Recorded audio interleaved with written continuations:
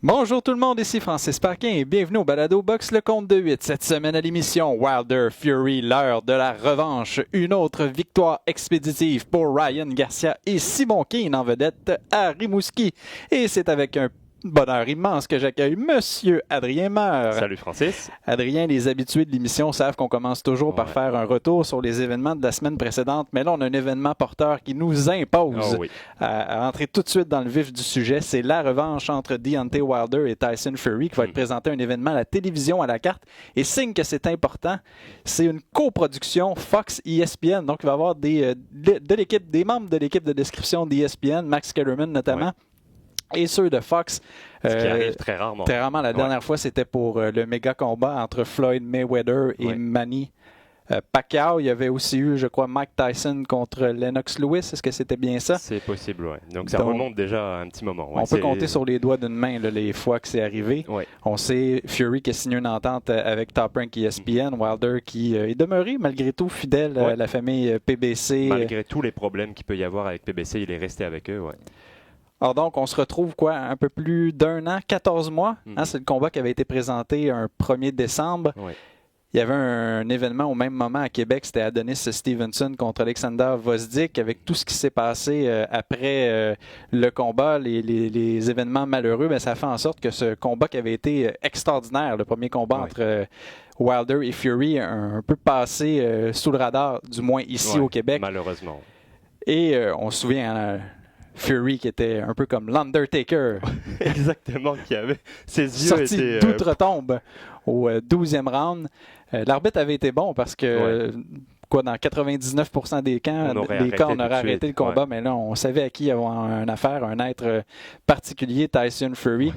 Donc, on se retrouve et je suis allé voir avant qu'on entre en onde les sites des preneurs au livre et c'est très, très rare que je vois ça, mais il y a des sites, là, c'est exactement la même cote pour Wilder tant que pour Fury, ou si on décide là, de gratter un peu, c'est Wilder le favori, mais très, très légèrement. Il n'y a personne qui risque de se mettre riche avec ce combat, à moins de prédire un combat nul encore une fois. Ce qui est arrivé la première fois, donc on ne sait jamais. Mais ce qui est certain, c'est que ça va être à nouveau un excellent combat. Le premier avait été très bon. C'est une opposition de style entre Wilder, qui est un boxeur agressif, qui cherche le chaos, qui cherche uniquement le chaos, et Fury qui est tout l'inverse, un boxeur qui est très technique, qui a une excellente défense, qui se déplace beaucoup. Donc deux styles complètement différents et deux styles qui sont très efficaces à leur manière.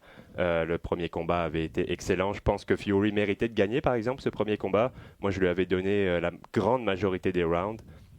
En fait, à part les 2 rounds où il est allé au tapis, j'en ai donné peut-être un autre à Wilder. Je trouvais que Fury contrôlait le combat avec son jab, ses déplacements, qu'il était beaucoup plus efficace, beaucoup plus précis dans ses coups, et que Wilder, lui, en ne cherchant que le chaos, ce qu'il fait à chaque combat, laissait filer des rounds entre ses doigts, alors qu'avec un petit peu plus d'activité, il aurait pu être plus compétitif dans ces rounds-là. C'est l'erreur qu'il ne doit pas répéter, à mon avis, dans ce deuxième combat, mais je ne suis pas certain qu'il ne la répète pas, cette erreur, parce que Wilder a une confiance absolue en sa puissance. Il pense qu'il peut passer le KO à n'importe qui, et c'est le cas. Il a envoyé tous ses adversaires au tapis quand il les a affrontés. Même Fury est allé au tapis à 2 reprises, et la deuxième était, tout le monde s'en rappelle, tout un knockdown. La droite déjà qu'il a envoyé au tapis, et le crochet gauche, alors qu'il était en train de tomber. C'est déjà incroyable qu'il se soit relevé et qu'il ait dominé le reste du 12e round après cette chute au tapis. Ça vient de nulle part. Là, c'est du jamais vu. Et je m'attends dans ce combat-là à ce que Fury fasse un petit peu la même chose parce que c'est son style. C'est un gars qui va éviter les coups, qui va se déplacer énormément malgré son gros gabarit. Et du côté de Wilder, il va falloir faire quelques ajustements. Généralement, dans un deuxième combat, dans un combat revanche, c'est les ajustements. C'est souvent une question d'ajustement. Et celui qui peut en faire le plus, je pense que c'est Wilder. Alors que pourtant, généralement, c'est plus le boxeur technique qui va faire des ajustements. Mais là, j'ai l'impression que c'est plus Wilder parce que avant ce premier combat, il n'avait jamais affronté quelqu'un du style de Fury, de la taille, de la carrure, et qui a un style comme Fury. Il n'avait jamais vu ça. Donc, il ne savait pas trop à quoi s'attendre. Là, il va être beaucoup mieux préparé. Il a déjà vu ce que Fury peut apporter dans un ring. Donc, je pense que c'est Wilder qui pourra apporter un petit peu plus d'ajustement. Je m'attends à ce qu'il jabbe un petit peu plus, à ce qu'il essaye de confronter un peu plus le jab de Fury qui avait été son arme principale dans le premier combat. Parce que souvent, Wilder utilise son jab pas vraiment pour frapper, mais plus pour mesurer, pour cacher un peu la vision de l'adversaire, pour envoyer sa droite derrière. Et j'ai l'impression qu'il devrait essayer de l'utiliser un petit peu plus pour frapper, juste pour donner un vrai jab à frapper l'adversaire et l'atteindre et le faire hésiter un petit peu. Et il doit aussi mieux couper le ring parce que les déplacements de Fury l'ont beaucoup dérangé dans le premier combat et il faut qu'il limite l'espace du Britannique. Qui lui doit répéter la même chose que dans ce premier combat parce qu'à mon avis il méritait la victoire. Il avait dominé la grande majorité des rounds et malgré les 2 chutes au tapis il aurait dû, je pense, avoir la faveur des juges. Je disais 14 mois se sont écoulés depuis le premier affrontement entre les deux boxeurs. Et du côté de Fury, il y a eu beaucoup de changements. Il y a beaucoup d'eau qui a coulé sous les ponts. Il y a eu 2 combats, notamment un contre Otto Wallin qui a été particulièrement sanglant. 47 points de suture que ça avait nécessité. Et double coupure au niveau de l'œil, là, énorme. Et Fury s'est séparé de son entraîneur Ben Davison en disant avec lui, c'était défense, défense, défense. Il s'en voulait dans le premier combat, dit j'aurais pu l'emporter, j'aurais pu mettre Wilder knock-out, mais j'ai pas été capable, j'ai pas su lui faire mal quand j'en ai eu l'occasion. Et son explication derrière ça, c'est que, on sait, après sa victoire contre Vladimir Klitschko en 2015, Tyson Fury a pris une longue pause pour régler toutes sortes de problèmes personnels et ne savait pas s'il était en mesure de tenir le rythme pendant 12 rounds. Il l'avait fait dans le passé, mais il y avait de l'inconnu suite à cette longue pause. C'est des sportifs de haut niveau, là. C'est la fine pointe dans le monde de la boxe. Donc, il ne pouvait pas se permettre de prendre ce genre de risque-là. Bon, c'est maintenant, il a confiance en ses moyens, dit je peux durer pendant 12 ans, être efficace avec mes coups de poing, avoir autant de puissance, mais j'ai besoin de changer de mentalité, j'ai besoin d'être plus agressif. Bon, il y a peut-être un petit côté folklorique où il a déclaré dans de nombreuses entrevues qu'il allait mettre Wilder knock-out au 2e round. D'ailleurs, je pense Andy Lee, tout juste avant qu'on entre en onde, Top Rank a publié les prédictions de plusieurs boxeurs, analystes, anciens boxeurs. Et ce qui est très drôle, on sent le clivage. Beaucoup ceux qui sont associés, disons des Britanniques, je voyais les noms passer de Carl Frampton, Andy Lee, on favorise Fury. D'autres, les Américains ont tendance à donner Deontay Wilder, gagnant. Et il s'est adjoint des services d'un nouvel entraîneur qu'on connaît très bien ici au Québec. C'est l'ancien entraîneur d'Adonis Stevenson, Sugar Hill Stewart, le neveu d'Emmanuel Stewart. Et Fury a expliqué « Je n'aurais jamais pris cette décision à un si court moment avant le combat. » Là, il a seulement eu 8 semaines de camp d'entraînement. C'est parce qu'il a déjà côtoyé Emmanuel Stewart et son neveu Sugar Hill. Il a fait en sorte, là, on ne s'est pas enfargé dans les fleurs du tapis. On savait exactement ce quoi on avait besoin. Et on sait, la marque de commerce du Kronk Gym, les victoires par knockout. Et c'est ce que Tyson Fury recherche. Mais penses-tu qu'il va être en mesure en aussi peu de temps, même si on se connaît, on connaît les façons de travailler, c'est quand même, ça va être un véritable tour de force de pouvoir transposer cette philosophie-là, alors qu'on a toujours vanté Tyson Fury comme un boxeur extrêmement technique. Oui, et je ne suis pas certain de cette stratégie. J'ai l'impression qu'il y a aussi un peu d'intox là-dedans, parce que Fury, on sait, c'est quelqu'un qui parle beaucoup, qui aime jouer dans la tête, qui domine souvent la guerre des mots, la guerre mentale un petit peu avant le combat. Et j'ai l'impression qu'il veut déstabiliser Wilder en lui faisant croire qu'il va être plus agressif. J'ai du mal à voir Fury se battre autrement que son style habituel basé sur la défense de manière primaire, si tu veux, son premier... Et de faire baisser considérablement le rythme. On ne cherche pas un haut volume de coups de poing avec Tyson Fury. C'est beaucoup sur la précision et aussi de limiter l'adversaire. Ce que j'avais bien aimé dans le premier combat, c'est toutes les feintes qu'il avait faites. Il feinte énormément le jab, des fois 3-4 feintes de suite pour figer un petit peu l'adversaire. Et souvent, tu vois des boxeurs qui vont feinter pour bloquer, figer l'adversaire et après s'en aller. Lui, il feinte pour figer l'adversaire pour pouvoir envoyer ses coups après. Donc, c'est des feintes qui préparent ses attaques. C'est pas uniquement défensif. Et ça avait été très efficace dans ce premier combat. Je m'attends à voir la même chose là, mais en boxe, c'est très important de connaître ta personnalité de boxeur, ta personnalité que tu vas amener dans le ring. C'est-à-dire, est-ce que tu es un boxeur agressif, offensif, quelles sont tes qualités, quels sont tes défauts, et pour pouvoir jouer sur tes qualités. Et la personnalité de Fury dans un ring, c'est d'être un boxeur qui est basé sur la défense en premier, Et je ne pense pas qu'il doit dévier de cette ligne de conduite-là parce que c'est ce qui a fait son succès jusqu'à maintenant et c'est ce qui va faire son succès par la suite. C'est de penser d'abord à la défense, d'esquiver les coups, de neutraliser l'adversaire et ensuite d'envoyer les siens et de passer à une nouvelle philosophie beaucoup plus agressive comme celle du Grand Gym. Je ne suis pas certain que ça soit ce dont Tyson Fury a besoin parce que c'est pas un puncher, c'est pas un cogneur. Malgré son poids, malgré sa carrure, c'est pas un gars qui met énormément de force dans ses coups. Souvent, quand on voit ses coups au ralenti, on voit le poignet qui bouge. Quand il lance son jab, il fait beaucoup comme un joueur de tennis avec sa raquette. Le poignet est très très mobile. Et ça enlève beaucoup de puissance dans les coups. Même le crochet, il donne un petit peu une claque avec. Alors qu'il faut avoir normalement le poignet bien solide pour pouvoir avoir de la puissance derrière. Donc même dans sa technique de frappe, c'est pas basé sur la puissance, c'est plus basé sur la vitesse et la précision.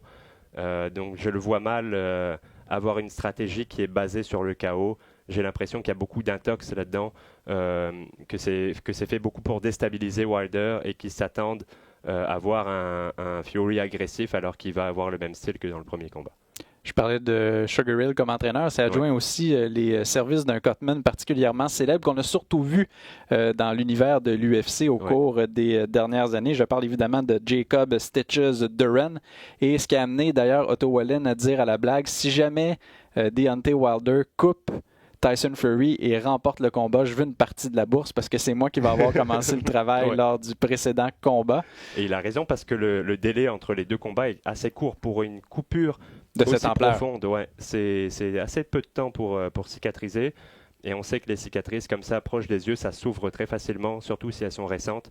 Donc j'ai bien peur qu'on voit du sang du côté de l'œil droit de Fury. J'espère que ça ne va pas le gêner. Au moins dans ce combat contre Wallin, ça coulait pas vraiment dans l'œil, ça coulait plus sur le côté, donc ça l'avait pas tant dérangé. Mais c'était vraiment la profondeur de la coupure qui nous faisait peur.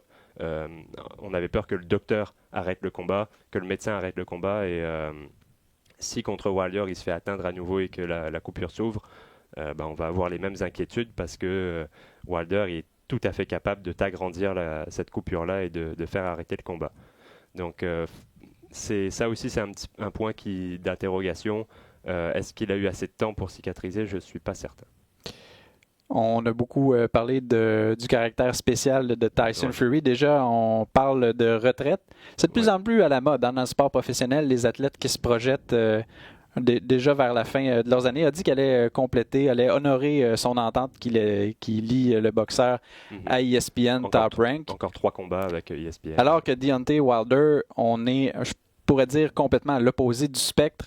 On veut marquer l'histoire. Là, on est en plein mois de l'histoire des Noirs et veut profiter de cette tribune-là pour, disons, devenir encore plus grand qu'il ne l'est déjà.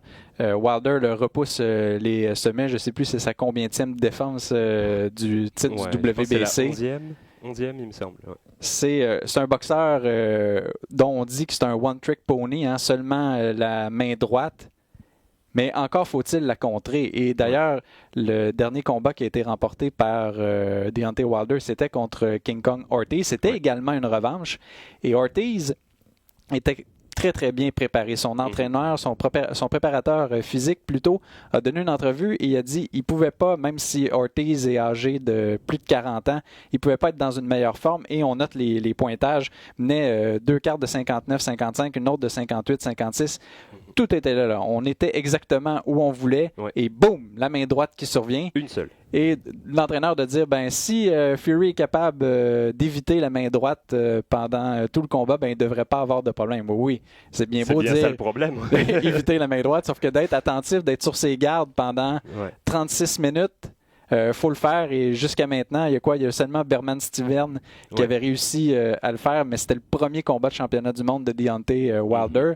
On était peut-être en apprentissage à ce moment-là, mais depuis, les adversaires tombent les uns après les autres. Ouais, c'est facile de dire on va esquiver la droite, sauf que personne n'est capable de le faire. Même Fury, qui a une excellente défense, a fini par se faire prendre par ce direct. Et dans le premier combat, ce qu'avait fait très souvent Wilder, c'est qu'il lançait sa droite large. Il essayait de contourner le gant de Fury. Mais je trouve que Wilder est beaucoup plus efficace quand il lance cette droite en direct, en ligne droite, vraiment un chemin le plus court, et c'est ce qu'il fait beaucoup mieux depuis quelques combats.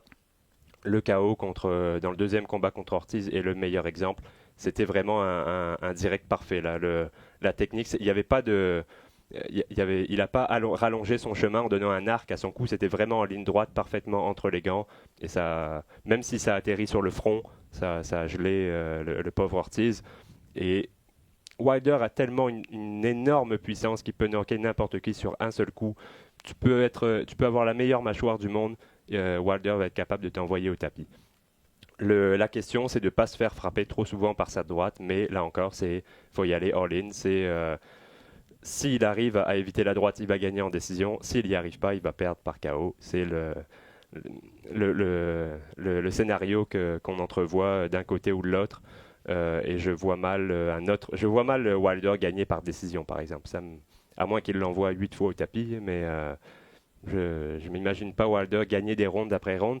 Et ça, c'est une lame à double tranchant dans le cas de Wilder, c'est qu'il a une confiance absolue en sa puissance, mais il a tellement confiance qu'il ne pense pas à mettre des rondes en banque, et il laisse filer des rondes. Des fois, les 5-6 premières rondes, il les laisse filer parce qu'il attend l'ouverture. On peut penser que c'est une mauvaise idée, sauf qu'il attend l'ouverture et il finit toujours par la trouver. Donc il suffit qu'à un moment donné, un petit moment de déconcentration ou juste un coup bien lancé par Wilder qui atteint la cible et c'est terminé. Il va falloir que Fury reste concentré pendant tout le combat, pendant les 3 minutes, 12 fois. Il avait quasiment fait ça pendant le premier combat, mais il y a eu ce fameux 12e round. Est-ce qu'il va être capable de recommencer et cette fois d'éviter l'agressivité de Wilder dans le 12e round? Je pense que oui, mais il n'y a rien de moins certain et c'est ça qui rend ce combat aussi excitant, c'est que ça peut aller d'un côté comme de l'autre. Ça peut être une domination technique de Fury ou ça peut être un KO premier, deuxième round de Wilder. Il n'y a pas de mauvais choix si vous voulez parier sur ce combat-là, mais comme tu l'as dit tout à l'heure, vous ne ferez pas beaucoup d'argent, de toute manière. D'ailleurs, tu expliquais la stratégie derrière le clan Deontay Wilder de toujours y aller pour le knock-out, mais ouais. Sugar Hill disait on veut pas, disons, donner la chance au juge de gâcher la fête comme ça a été le cas la dernière fois. À son avis, même s'il n'était pas dans le coin de Tyson Fury, Sugar Hill est convaincu que son protégé avait remporté le combat et c'est pourquoi il se dit il faut absolument l'emporter par knock-out pour pas être victime d'une mauvaise surprise, mais en même temps, on parle déjà du rubber match, d'un troisième opus entre les deux boxeurs. Un autre combat nul, ça ferait que... Ouais, mousser un troisième événement. Donc. Mais ça ferait un peu de mal, par contre, je pense, au niveau des fans, parce que le premier combat nul avait été controversé. S'il y a un deuxième jugement controversé, là, on va peut-être commencer à se plaindre un peu du côté des spectateurs, mais le plus important, c'est que le combat soit aussi bien que le premier, qui avait été excellent, et ça, je pense qu'il n'y a pas de doute de ce côté-là. Mais je vois mal Fury passer le KO à Wilder. Wilder a quand même montré une bonne mâchoire dans toute sa carrière. Il a été ébranlé par Ortiz dans le premier combat. Mais à part ça, il n'a jamais montré de... Jamais été au tapis. Ouais. Et Ortiz est un sacré cogneur aussi. Donc il a beaucoup plus de puissance que Fury. Je vois pas Fury lui faire mal. Il frappe pas pour faire mal. Et c'est pas en 8 semaines qu'il va changer sa manière de frapper avec parfois le poignet qui est trop mobile, qui n'est pas bloqué, si tu veux. Et je ne le vois pas changer cette manière de frapper. J'ai l'impression que c'est plus pour déstabiliser Wilder qu'une véritable stratégie qu'on va voir de la part de Fury. Et Wilder n'est pas abonné à la défaite. On sait toujours invaincu dans les rangs professionnels. Ça remonte à 2008, sa dernière défaite par un boxeur russe, Romanov, je crois. Donc, ça remonte au rang amateur. Ouais. Est-ce que Fury va être capable de briser cette formidable séquence? La réponse... Samedi, c'est à compter de 21h. C'est un événement qui est présenté à la télévision à la carte.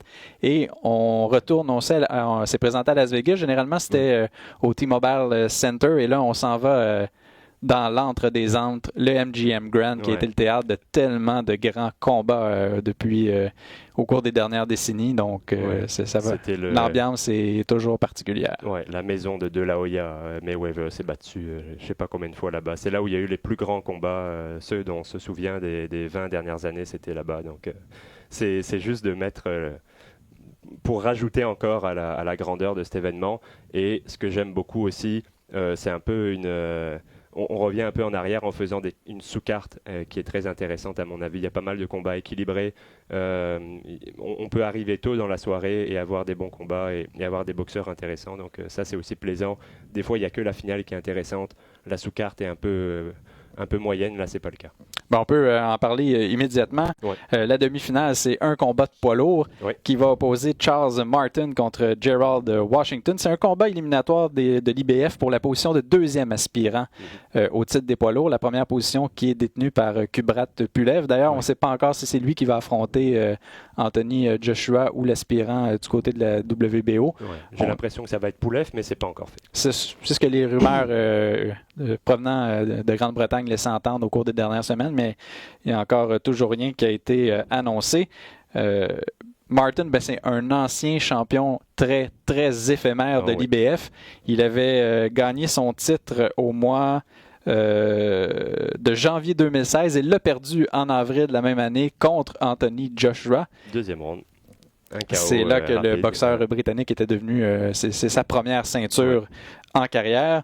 Du côté de Gerald Washington, son nom avait longtemps été associé à celui d'Oscar Rivas. On avait parlé d'un combat entre aspirants invaincus à ce moment-là en Californie. Malheureusement, Rivas, en raison de ses problèmes à un œil, pouvait pas combattre en Californie. Et Washington a fait quand même livrer des combats assez intéressants au fil des années. Je pense notamment à Deontay Wilder, notamment. Ouais.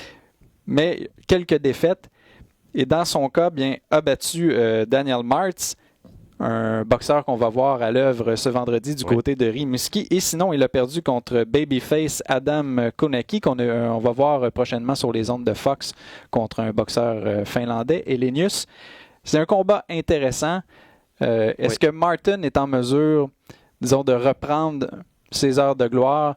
Washington, c'est une occasion quand même intéressante pour lui.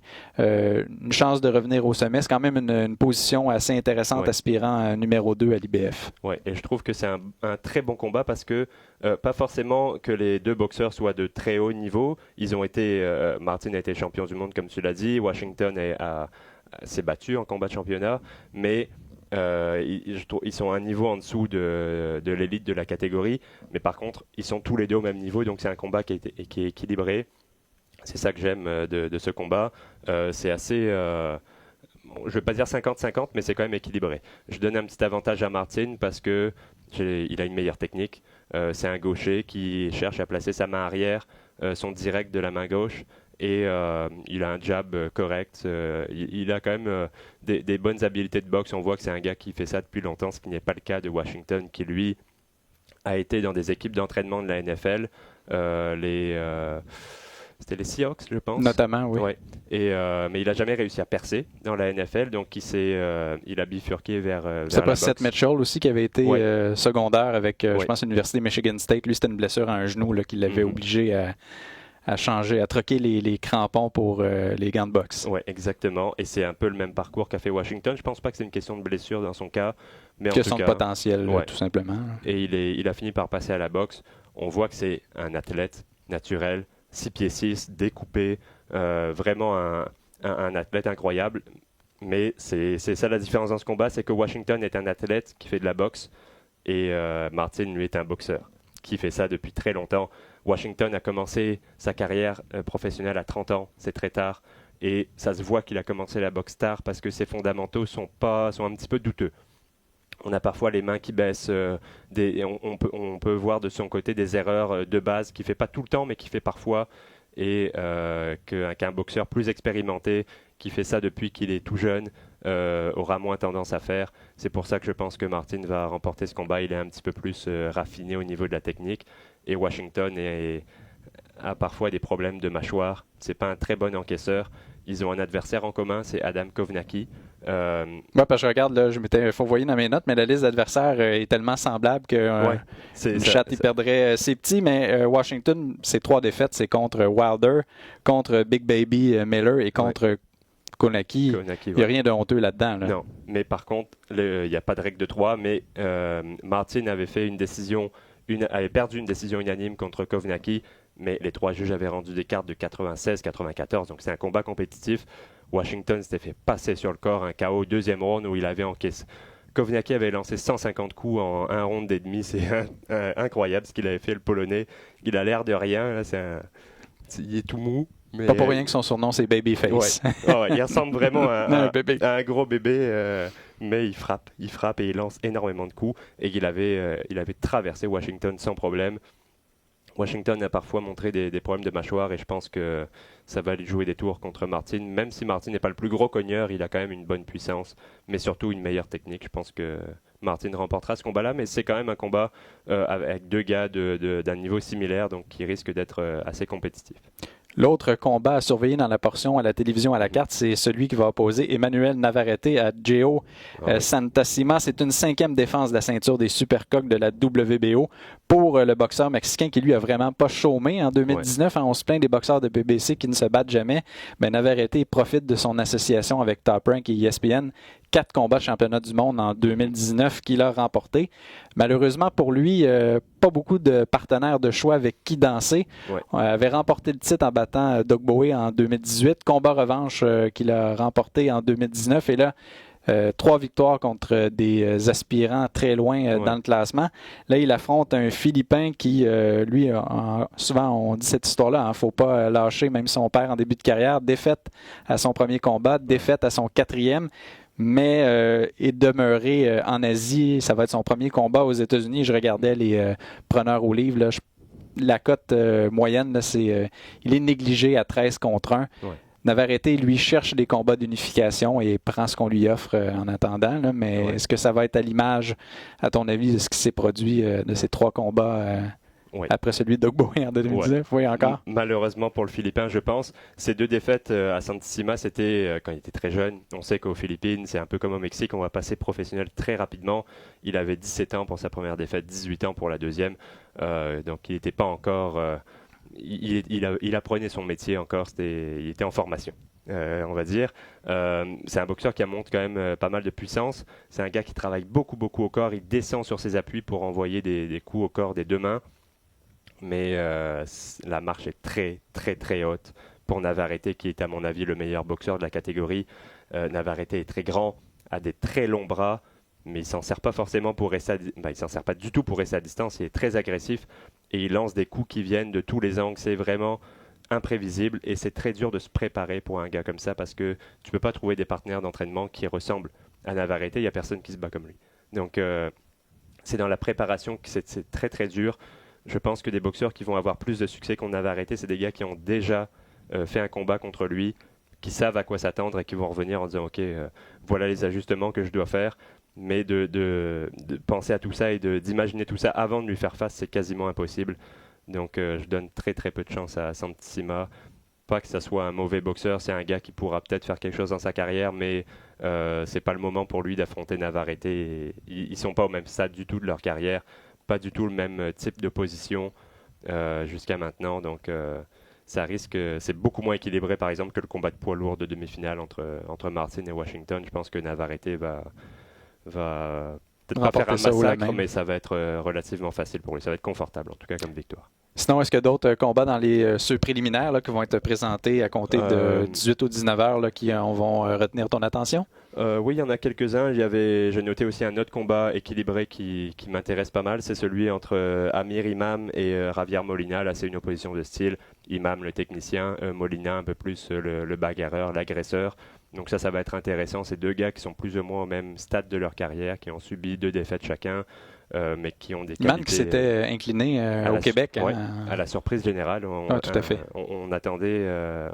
il y avait beaucoup d'espoir qui était placé en lui. C'était je pense, des derniers boxeurs de Don King à cette époque-là. Oui, il y a eu ce faux pas, il y en a eu un autre après, donc les attentes ont été mitigées en son cas. Ça reste quand même un très bon technicien. Et ce combat-là contre Molina va être intéressant parce que Molina va forcer l'action. Donc, un genre de combat que j'aime bien en sous-carte, c'est des combats qui sont équilibrés, qui risquent de donner un bon spectacle. Et 2 combats beaucoup moins équilibrés, mais avec des boxeurs qui sont intéressants à suivre. Subriel Matias, qui a malheureusement pour lui, c'est un boxeur très puissant, très intéressant, un jeune boxeur portoricain, mais qui a été impliqué l'an dernier dans un drame. C'est lui qui s'était battu contre Maxime Dadachev quand ce dernier est décédé. C'est pas pour ça qu'il faut suivre Mathias, c'est parce que c'est un très bon boxeur, un gars qui a une belle technique et qui cogne très fort des 2 mains. Là, c'est un combat contre un adversaire de moindre calibre, donc qui devrait remporter relativement facilement, comme Gabriel Flores, qui est lui aussi en sous-carte face à un adversaire qui est pas de son niveau. Donc, c'est des combats faciles, mais c'est des boxeurs qui sont intéressants à suivre. Donc, on va regarder. C'est ça, ça fait une grande liste de combats intéressants sur cette carte de Tyson Fury contre Deontay Wilder. Donc, on peut arriver tôt dans la soirée et avoir beaucoup de bonnes boxes. La dernière fin de semaine a été marquée par des prestations assez intéressantes. Je pense notamment à Ryan Garcia, la grande vedette des réseaux sociaux. Et pour un deuxième combat de suite, il l'a emporté au premier round. Il a réussi un knockout là, qui a fait le tour de la planète. Je regardais les chiffres, 4,2 millions de visionnements sur YouTube, 11 millions sur Facebook. Commence à avoir beaucoup de gens dans le train Ryan Garcia. Oui, et je me posais des questions dans le passé. Il ne m'avait pas forcément convaincu complètement. Je me demandais s'il était capable de répéter les mêmes performances face à des adversaires de meilleur niveau. La réponse est oui, parce que là, ça a été impeccable contre Fonseca. Un crochet gauche à la pointe du menton qu'il a complètement assommé. L'arbitre s'est même pas embêté à faire deux chutes au plancher qui ont été enregistrées exactement par la même séquence, un jab au corps et le coup ensuite au menton. Là. Et là, celle-là, c'était entre le jab main droite de Fonseca, et c'est ce qui arrive quand tu as des mains très rapides. Tu peux frapper à l'intérieur d'une combinaison de l'adversaire. Pendant qu'il lance 2 ou 3 coups, tu peux frapper en même temps que lui, entre son premier et son deuxième. C'est ce qui s'est passé. Là, c'était un jab. Quand il a vu le jab partir, il a déclenché le crochet. Et le crochet est arrivé bien avant la droite de Fonseca. C'est ce genre de coup-là qui ne pardonne pas. Et Garcia, il montre une boxe qui est belle à voir, qui est très fluide. Il force pas ses coups. On voit que il est très relax. Il n'a pas les muscles tendus, il est relax et ses coups partent tout seul. Il n'a pas besoin de forcer parce qu'il a une belle technique. Il tourne bien, il fait un bon transfert de poids. Et il a les mains lourdes naturellement. Donc il n'a pas besoin de forcer, de chercher le KO. Il a juste besoin de laisser partir ses mains en étant relax, et ça va faire mal à l'adversaire, surtout s'il fonctionne en contre comme il l'a fait sur ce coup-là. On parle beaucoup d'un combat contre celui qui a gagné la demi-finale, Jorge Linares.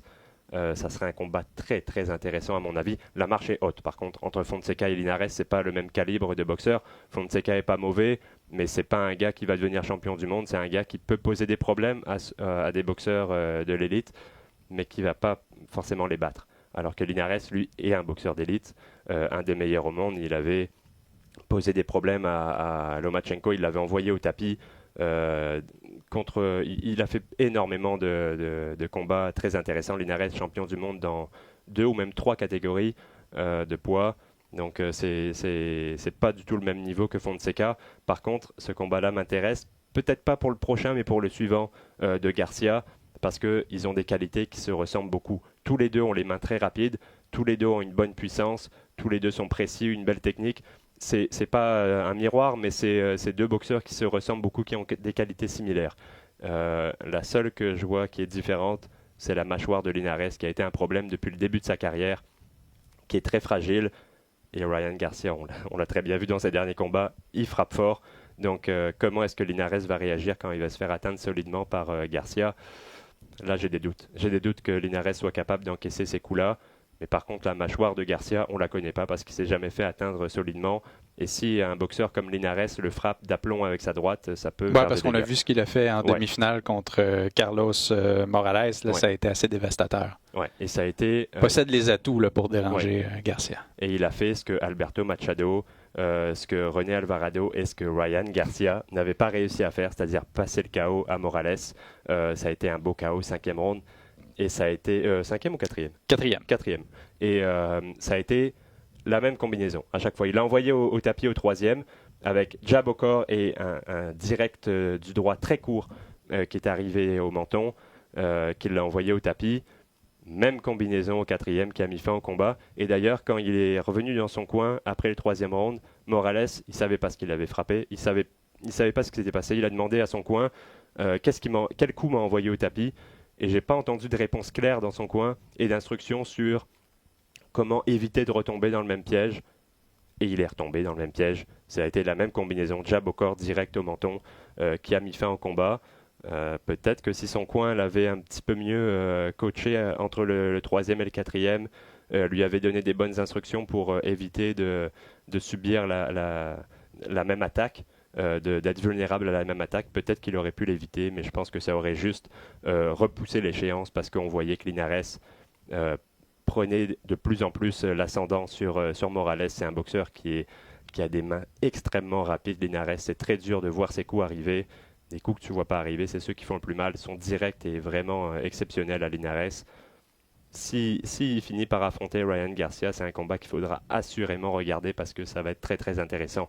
Un jeune boxeur très très spectaculaire contre un vétéran, lui aussi très spectaculaire. Deux gars avec des qualités similaires.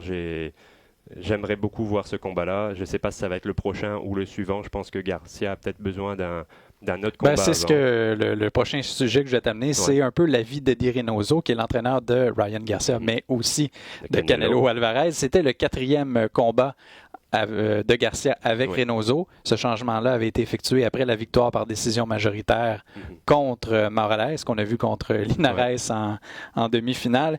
Et Reynoso a dit encore besoin de temps, pas besoin de round. Parce que là, le danger, c'est que les boxeurs qui vont se préparer à affronter Ryan Garcia vont se préparer pour une chose, la main gauche. Et là, pendant ce temps-là, nous, on doit développer d'autres choses.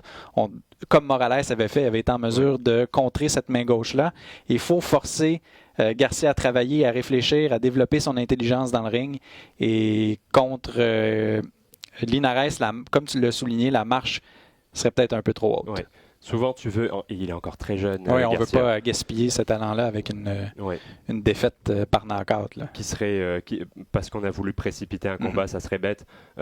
Et souvent, quand tu as des jeunes boxeurs comme ça qui réussissent des KO tôt dans les combats, ils ont tendance à se fier uniquement à la puissance et à penser qu'ils vont passer le knockout à n'importe qui, à tous leurs adversaires, au premier, au deuxième, au troisième round. Et ils ne pensent pas sur le long terme à mettre des rondes en banque, à construire un combat au fur et à mesure, comme les vétérans savent si bien le faire. Il faut faire des rondes quand tu es un boxeur comme ça. C'est un petit peu ce qu'avait vu David Lemieux aussi quand il est arrivé contre un gars de meilleur niveau qui était capable de prendre ses coups. Il n'avait pas eu de solution à ce moment-là.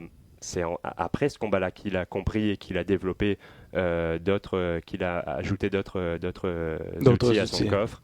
Et c'est ce que Ryan Garcia doit faire également. Il ne peut pas se fier uniquement à sa puissance et penser qu'il va passer le KO à tout le monde au premier round. Ça peut arriver, mais ça ne va pas arriver à chaque fois, surtout quand tu augmentes le niveau d'opposition. Donc il a, à mon avis, besoin de quelqu'un, d'un bon encaisseur qui va être capable de lui donner des rounds, pas forcément de lui poser des problèmes, mais de le faire travailler sur le long terme et de lui faire prendre conscience que sa puissance ne va pas marcher à tous les coups. Autre boxeur qui a fait très bonne impression cette fin de semaine, samedi, c'est Caleb Plant qui disputait un premier combat dans son Tennessee natal et le champion des super moyens de l'IBF, l'ancienne ceinture de Lucian Boutet, a battu son aspirant obligatoire par arrêt de l'arbitre au 10e round. Là, ça a été une domination totale. Au moment de l'arrêt de l'arbitre, il dominait 202-47 au chapitre des coups. Et ce qui m'a étonné, c'est à quel point Plant a des mains rapides. Ouais. Il a vraiment tout, Plant. Main très très rapide et des coups variés. Il lance des combinaisons. Son jab sortait, c'était son arme principale, sortait très très rapidement. L'uppercut de la main avant a été très efficace. Il a lancé énormément. Son crochet gauche au corps, son direct entre les gants, tout passait. Tout ce qu'il faisait, il le réussissait. Et ce qui a posé beaucoup de problèmes à Feigenbutz, c'est qu'il était trop lent. C'est un gars qui est très fort physiquement, qui est costaud, qui frappe dur. A bien encaissé parce que dès le deuxième round, on a été ébranlé et ça s'est rendu jusqu'au 10e. Là. Ça veut dire que c'est un solide encaisseur. Physiquement, il est très très costaud, donc il frappe fort, il encaisse bien. Mais par contre, il est lent. Il est lent des mains, il est lent des pieds. Et c'est tout l'inverse de Plant, qui se déplace très bien, qui a des mains très rapides. Il était toujours 1 ou 2 temps de retard, comme un joueur d'échecs qui pense 1 ou 2 coups à l'avance. Plant était déjà parti quand Feigenbutz avançait et cherchait à le coincer. Il n'était juste pas dans la même classe. C'était pas le même niveau de boxeur.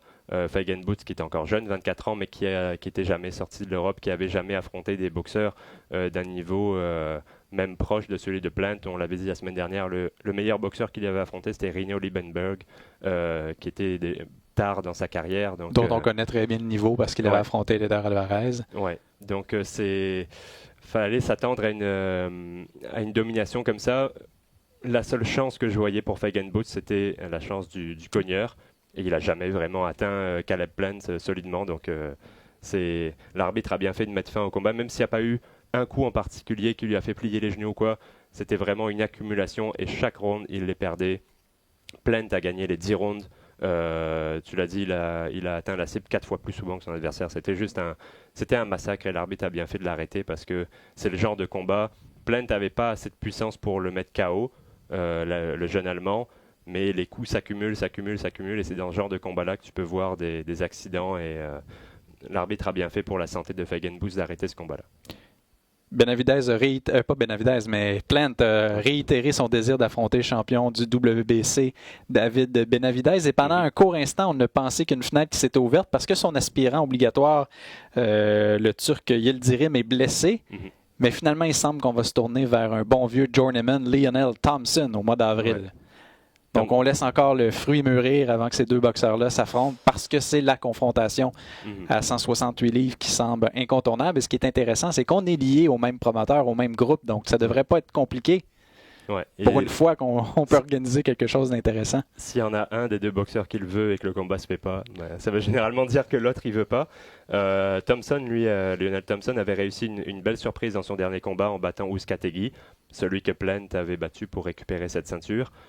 C'est d'ailleurs le combat de Caleb Plant qui m'avait vraiment impressionné, mais depuis ces deux défenses suivantes contre Mike Lee et là contre Feigenbutz, des boxeurs qui sont d'un niveau bien inférieur. Lionel Thompson, ça a été une surprise contre Ouskategui, donc c'est un peu la saveur du moment. Donc, par contre, il a déjà quelques défaites depuis le début de sa carrière. Si ça avait été un autre moment, on aurait dit pourquoi lui, mais là, il vient de faire une des plus grosses victoires, si ce n'est la plus grosse de sa carrière, donc ils veulent peut-être en profiter. Ça permet aussi à Thompson d'avoir une bonne bourse alors qu'il est déjà quand même avancé dans sa carrière. Peut-être que c'est ça aussi qu'on veut.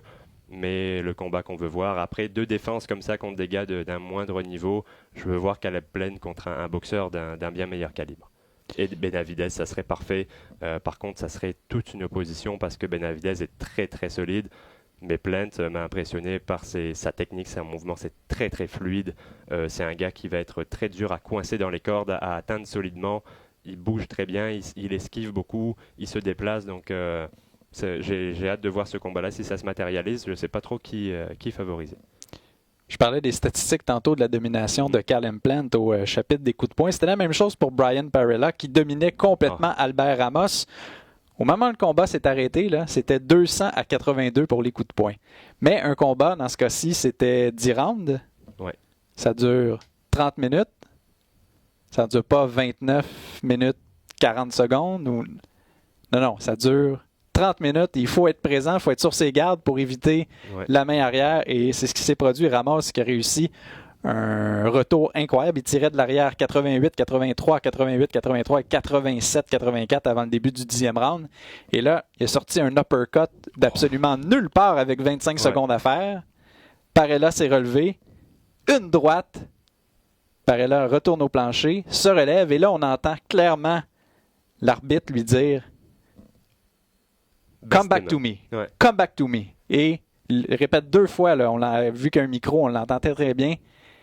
Le boxeur ne répond pas. Et là, avec 2 secondes à faire au 10e round, c'est terminé. Ouais. Es-tu d'accord avec cette décision-là? Parce qu'elle n'est pas sans rappeler. Là, naturellement, les gens ont fait des liens avec le combat entre Julio César Chavez Senior, le père, et Meldrick Taylor en 1990, où moi, personnellement, j'ai eu des relents de Hilton Ouellet 1 en novembre 1998, quoique Stéphane Ouellet avait sorti la tête des câbles. Très, très, très controversé cette fin-là. Ouais, j'ai un peu de mal avec ça parce que autant dans le combat de Chavez contre Taylor, on voyait, c'était Kenny Steele, il me semble, qui était l'arbitre. Je ne suis pas certain de ça, mais non, c'est Kenny Bayless. C'est Kenny Bayless et il arrive devant Taylor et il lui dit Do you want to continue? Il lui demande 2 fois Est-ce que tu veux continuer? Pas de réponse. Le boxeur, les yeux vitreux. Il décide d'arrêter, c'était la toute fin de combat. Il restait 2 secondes aussi dans ce combat-là. En tout cas, c'est dans les 10 dernières secondes. d'un combat que Taylor menait au point, assez largement d'ailleurs. Là, j'avais beaucoup moins de mal avec cet arrêt-là de Chavez-Taylor parce que l'arbitre lui a demandé clairement, il n'y a pas eu de réponse en face. L'arbitre n'est pas censé regarder le moment du round, il est censé regarder si le combat, si le vraiment boxeur, dans le moment présent. Là. Ouais, si le boxeur est capable de reprendre le combat. Il a jugé que Taylor n'était pas capable de reprendre le combat, donc il avait arrêté. Ça, j'étais d'accord. Là, j'ai un petit peu plus de mal parce que Perella a fait ce que l'arbitre lui a demandé. Et en plus, c'est le même arbitre, Jack Reese, qui avait compté Tyson Fury dans le premier combat contre Deontay Wilder. On lui avait lancé des fleurs à juste titre pour ne pas avoir arrêté le combat dès la chute au plancher, d'avoir donné la chance à Fury de se relever, sans quoi il n'y aurait pas cette revanche. Dans ce combat-là, il a laissé la chance à Perella de se relever. Perella a mis les 2 mains sur les cordes. Il lui demande « enlève tes mains des cordes ». Il enlève ses mains. Après, il lui demande « marche par là-bas ». Il marche par là-bas, il titube un petit peu, mais il marche quand même dans la direction où l'arbitre lui indique d'aller, et on arrête le combat. C'est là que j'ai un petit peu de mal. C'est que l'arbitre te demande de faire 2 choses. En même temps, il lui a demandé de revenir 2 fois. Il ne l'a pas fait. Ouais, mais je sais pas. J'ai un petit peu de mal parce que si tu laisses le combat aller, c'est Perella qui remporte sans problème. Et en plus, le round était terminé. C'est juste que tu peux pas être sauvé par la cloche. Donc, le gars qui frappe la cloche, le chronométreur, doit attendre que l'arbitre demande de reprendre le combat pour sonner la cloche. Donc, il n'avait même pas la chance d'encaisser un autre coup de poing après ça. C'était terminé. Je pense, moi, personnellement, que oui, il titubait un petit peu, mais tu pouvais le laisser reprendre le combat. J'ai déjà vu des boxeurs en moins bon état que ça reprendre le combat et après l'arbitre regarde s'il encaisse 1 ou 2 coups qui montrent rien, ok, tout de suite on arrête. Mais je trouve que c'est un petit peu dur. C'est un petit peu dur comme arrêt parce que c'est un gars qui a déjà subi 2 défaites dans sa carrière. Là c'est sa 3e, il essayait de rebondir. Quand tu as une défaite comme ça, ton prochain combat tu vas être payé beaucoup moins. Le suivant, si tu perds encore... Il y a une question financière derrière aussi de dire que ça va peut-être pas ruiner la carrière de ce boxeur-là, mais l'empêcher d'avoir des revenus conséquents. Ça a des conséquences, là, c'est évident. C'est là que j'ai un petit peu de mal parce qu'il remportait ce combat-là haut la main et je pense qu'on aurait dû le laisser continuer, mais il y a des arguments des 2 côtés aussi. Il y a l'argument de dire ok, il faut pas regarder le chronomètre et même s'il reste 1 seconde dans le combat, il faut qu'il soit prêt à se battre, qu'il soit en état de se battre. C'est une question de jugement, mais je pense que j'aurais laissé Perella reprendre. On sait que les Américains souvent font appel à des juges et des arbitres quand la commission athlétique comme celle du Tennessee n'a pas nécessairement une grande envergure. Là. On manque jamais de juges à New York, en Californie ou au Nevada, mais du côté du Tennessee, on aurait pu faire appel à d'autres États limitrophes et on a quand même choisi d'aller au Québec, piger dans l'expertise. Le Québécois Benoît Roussel, qui a jugé de nombreux combats sur cette carte, dont les 2 derniers, les plus importants. Donc, c'est quand même digne de mention. Encore une fois, là, il est appelé à travailler à l'international pour des combats significatifs. Et les juges et les arbitres québécois sont très bien vus aux États-Unis parce que la régie et tout ce qui entoure l'organisation de la boxe au Québec, c'est très sérieux. On voit que tout est bien organisé, donc il y a beaucoup de respect dans les différentes commissions athlétiques aux États-Unis pour les juges, pour les officiels du Québec, à juste titre. On sait avec un événement porteur comme celui Wilder contre Fury, la compétition se fait plutôt discrète et c'est le cas. On n'a pas, des fois, peut-être un gala le jeudi 2 jours avant pour profiter de l'engouement, mais là, on a été plutôt tranquille et il y a vraiment un événement, je dirais, d'importance sur la scène internationale et c'est à Rimouski que ça se produit, une carte d'Eye of the Tiger Management qui devait à l'origine mettre en vedette David Lemieux. Malheureusement, ce dernier a glissé sur une plaque de glace pendant qu'il faisait son jogging. On a jugé 2 à 3 semaines d'entraînement manqués. C'était trop critique pour l'envoyer dans le ring pour son 2e combat chez les super moyens. On a préféré passer notre tour, si bien que c'est maintenant Simon Keane qui est en vedette et il affronte Daniel Martz qui a perdu son dernier combat, je pense, contre Charles Martin. En tout cas, a déjà subi la défaite contre l'ancien champion poids lourd de l'IBF.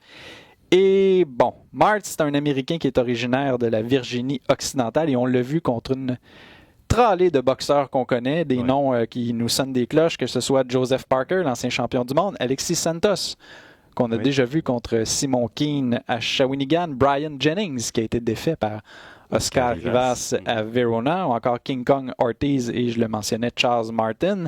Sur ces 8 défaites, il y en a 7 qui ont été subies avant la limite et c'est pas des knockouts tardifs au 10e round. C'est souvent en début de combat.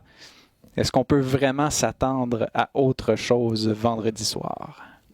Je pense que Simon Keane va gagner. Est-ce que ça va être par KO? J'espère pour lui parce qu'il ne faut pas que le combat s'étire. C'est pas un boxeur qui est reconnu pour son cardio, Simon Keane. Quoi qu'il a bien fait à son dernier combat contre Liakovic, où ça s'est terminé par arrêt de l'arbitre au 10e round. Oui, qui avait duré assez longtemps et il n'avait pas eu de problème. Mais dans le passé, face à des adversaires qui étaient peut-être un peu plus agressifs que Liakovic, qui lançaient plus de coups, il a déjà eu un peu de mal. Est-ce qu'il a réglé ce problème-là? C'est possible.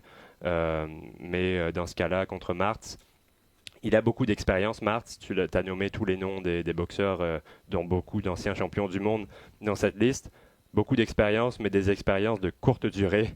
Beaucoup de KO. Le plus tard, c'était contre Charles Martin au 4e round. Tous les autres, c'était dans les 3 premiers. Donc, ça risque d'être compliqué pour lui parce que Keane a beaucoup de puissance.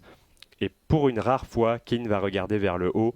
Martz mesure 6 pieds 7, 250 livres, donc un gros bonhomme. Qui s'inscrit dans la tendance des poids lourds qui sont présentement détenteurs de titres mondiaux. Oui, exactement. Le même, tous autour de 2 mètres, donc 6 pieds 7. Et Keane, il va falloir qu'il affronte des adversaires comme ça, de cette carrure-là, s'il veut se préparer pour des combats de plus haut niveau. Je pense qu'il va l'emporter, mais Martz, attention, c'est un gars qui a quand même une bonne puissance. Keane a déjà été ébranlé dans sa carrière, donc il faut faire attention à ne pas se faire surprendre, mais en termes de talent, Keane est au-dessus et devrait l'emporter, mais chez les poids lourds, il suffit d'un seul coup de poing. C'est toujours ça qui rend cette division plus intéressante que les autres. C'est pour ça que c'est la catégorie reine de la boxe, et ça va nous tenir en haleine ce combat-là, parce que ça va être une finale quand même intéressante. Devrait pas avoir nécessairement beaucoup de problèmes pour Éric Bazignan, qui est de retour au Québec après quelques combats qui ont été disputés en sol américain. Son dernier contre Roman a été une performance qui avait fait beaucoup jaser. Il affronte un boxeur du nom de Timo Laine, un Finlandais de 35 ans qu'on a déjà vu contre Fedor Chudinov. Je te laisse deviner comment ça s'était terminé de manière assez expéditive. Il faut se battre. Du côté de Bazignan, on ne peut pas demeurer inactif aussi longtemps. Son association avec Marc Ramsey dans l'espace-temps est quand même relativement récente. J'avais cru comprendre qu'on veut développer certaines choses, en améliorer d'autres. Il faudra voir c'est quoi les plans d'Eye of the Tiger et de Golden Boy Promotion à son sujet. Mais j'ai l'impression d'un œil extérieur et neutre que c'est un combat pour demeurer actif en attendant quelque chose de mieux. Parce qu'on sait qu'on est bien classé à la WBO. Les 2 premiers aspirants chez les super moyens s'affrontent. Donc forcément, le perdant va perdre des places au classement. Ça va permettre à Bazignan de, à tout le moins, gagner peut-être un rang. Il est présentement 4e. Donc voilà, il ne faut pas s'attendre à grand-chose. Probablement une victoire assez rapide dans son cas. Oui, il ne faut pas... Laine, c'est la première fois qu'il va se battre en dehors de l'Europe.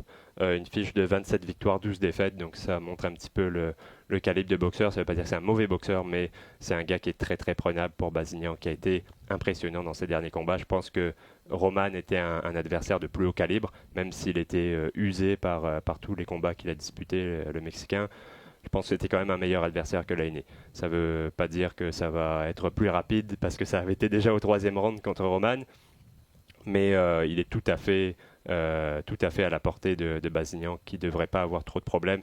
Tu l'as dit, c'est pour rester actif. C'est aussi pour se battre au Québec, parce que ça fait un petit moment qu'il ne s'est pas battu ici. Donc pour rappeler au public qu'il existe, il est encore là, même s'il se bat aux États-Unis, il a encore ses racines ici, donc de ne pas l'oublier. Et c'est normal qu'on n'ait pas un adversaire de plus haut calibre, parce que c'est pas le même budget quand tu fais un gala à Rimouski et quand tu fais un gala avec Golden Boy. Il y a ça aussi qu'il faut prendre en considération. Donc, parce que l'adversaire, il faut que tu le payes, il faut que tu le fasses venir. Donc c'est normal que ça ne soit pas un adversaire de plus haut calibre. Faut faut pas s'attendre à ce que Laney donne une grosse opposition à Bazignan, mais ça va permettre à Bazignan de rester actif, de travailler, de mettre en pratique ce qu'il a travaillé à l'entraînement. Et c'est un gars qui s'améliore de combat en combat. J'aime beaucoup ce que je vois de sa part. Sa progression est très intéressante, donc ça va être à suivre. Les combats les plus intéressants, il y en a deux là, que j'ai notés qui m'intéressent plus particulièrement. Artem Oganesian qui affronte Fouad El Massoudi. C'est un boxeur qu'on avait déjà vu contre Kevin Bizier en 2015 et s'est incliné par décision majoritaire. Donc, ça va donner une idée. Oganesian, qui est un des beaux espoirs là, de l'organisation. Je voyais encore très jeune et je pense que c'est sur BoxRec qu'on souligne là, que son combat va être présenté. Donc, ça donne quand même un indice qu'il y a un intérêt quelque part pour ce boxeur. Ouais, c'est un espoir qui est très prometteur. Un gaucher, belle technique, beaucoup de potentiel. Et El Massoudi, c'est un Français c'est un baroudeur. Il s'est baladé un petit peu partout. Il s'est battu, bien sûr, en France, mais aussi en Allemagne, en Finlande, il me semble, en Bulgarie, en Pologne. Il se balade un petit peu partout. Il a l'habitude d'aller se battre à l'étranger. Tu l'as dit, au Québec aussi. Donc, quand le téléphone sonne, il répond. Ouais, il répond. Et c'est le genre de boxeur qui est intéressant pour un jeune qui est en progression parce qu'il va te donner des rounds. C'est un gars qui a très peu de puissance, 2 KO en 17 victoires, donc qui n'est pas très dangereux offensivement, en tout cas quand on parle de KO. Mais par contre, dans l'autre sens aussi, c'est valable. Un seul KO subi en 12 défaites, ça veut dire que c'est un gars qui roule avec les coups, qui est capable, un bon vétéran, qui est capable de te donner des rounds, d'esquiver les gros dégâts. Il va prendre des coups, il va perdre le round, mais sans subir trop de dommages. Et c'est un gars qui est durable, donc c'est parfait pour Oganesian. Il va pouvoir engranger des rounds, beaucoup d'expérience. C'est ce que tu veux à cet âge-là, à ce stade de sa carrière. Tu veux un gars qui n'est pas forcément dangereux pour lui, mais qui va lui permettre d'être plus à l'aise dans le ring en passant beaucoup plus de temps que s'il réussit un KO rapide. Également, Nurzat Sabirov, qu'on voit malheureusement trop peu à l'œuvre. Je regardais, il y a peut-être 6 mois que se sont écoulés depuis son dernier combat. Il affronte un boxeur du nom de Ricardo Adrian Luna Flores, qui s'est déjà incliné contre Eric Bazignan dans le passé. Également Demetrius Ballard, un boxeur dont le nom avait été attaché à celui de Steven Butler à un certain moment au cours des derniers mois. Donc, ça va donner la chance de voir où en est Sabirov, là, qui va disputer un 11e combat depuis le début de sa carrière. Ouais, lui aussi en progression. C'est intéressant à suivre. Tous ces boxeurs de l'Est, d'Europe de l'Est qui sont avec Eye of the Tiger, c'est pas forcément ceux qui sont les plus connus ici parce qu'il n'y a pas l'attachement local, si tu veux. Mais il y a beaucoup de boxeurs de haut niveau très intéressants avec un gros potentiel surtout. Donc il faut voir comment on les développe. Ça va être un travail souvent de longue haleine, mais toujours intéressant à suivre de voir comment ces jeunes progressent. Plusieurs boxeurs de la région de Québec à l'œuvre, notamment je pense à Leila Baudouin ou encore Sébastien Roy, qui a toujours un important contingent de partisans qui vont faire du bruit. qui mettent l'ambiance. Hein? C'est le moment de la fête et ils savent comment faire. Un petit mot en terminant sur Brandon Cook. Hein, c'est le boxeur ontarien qui avait infligé à Steven Butler la première défaite de sa carrière. C'était quoi en janvier 2017? Il est de retour, avait disputé un combat contre Jamie Munguia en septembre 2018. C'est un 2e combat depuis cette défaite qui avait été assez percutante.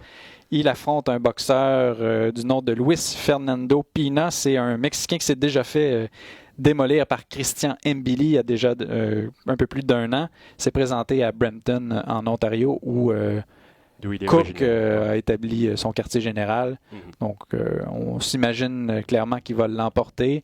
J'ai pas malheureusement vu d'entrevue en vue de ce combat-là. Je ne sais pas c'est quoi les plans. Est-ce qu'on espère encore avoir une chance que le téléphone sonne pour un combat d'importance?